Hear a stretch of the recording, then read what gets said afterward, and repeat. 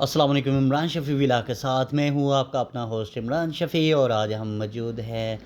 आज़ाद कश्मीर में। और 5 अगस्त 2019 को भारत के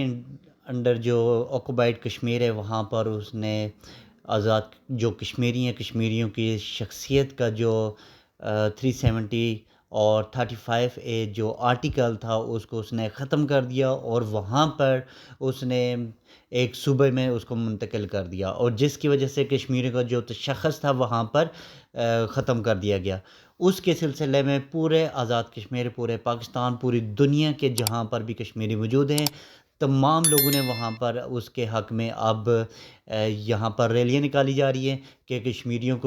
का जो तशख़्ख़ुस है वो वापस बरकरार दिया जाए। तो अगर आप न्यू हैं मेरे चैनल के ऊपर तो जल्दी से मेरे चैनल को लाइक, शेयर एंड सब्सक्राइब करें ताकि आप लोगों तक मेरी वीडियो पहुंचती रहे। तो चलते हैं इस व्लॉग की तरफ, और आपको मैं मज़ीद ये चीज़ बताता चलूँ कि 5 अगस्त 2019 को जब उसने इंडिया ने पाकिस्तान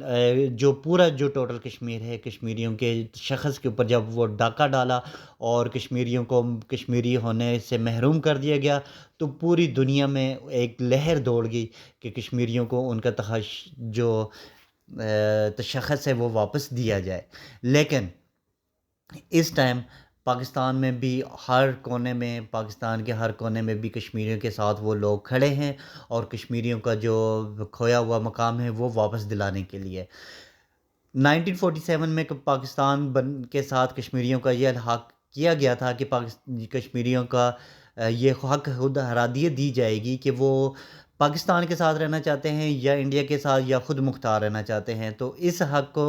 पूरी यूएनओ में अभी तक ये केस चल रहा है।